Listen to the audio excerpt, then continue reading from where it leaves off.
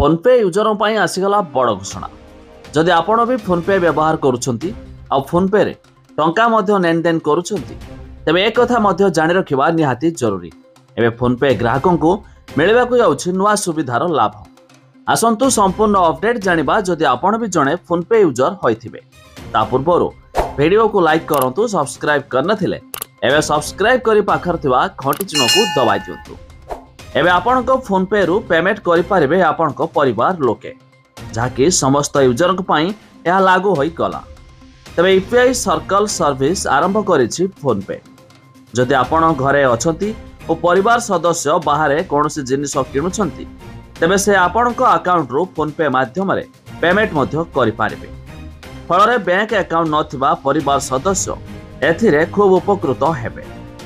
तेबे PhonePe UPI circle आरंभ हेबा द्वारा पेमेंट आहुरी सहज होइजिवो। यूपीआई सर्कल व्यवस्था द्वारा एणिकी आपणको अकाउंट रु आपणकर परिवार लोके किंबा केही विश्वस्ती पेमेंट मध्य करि पारिबे।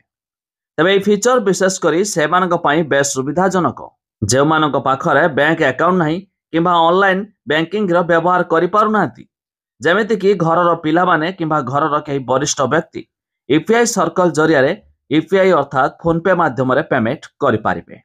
तेबे आपण माने फोनपे व्यवहार करंती कि नाही ता निहाती कमेंट करी जणाइबे।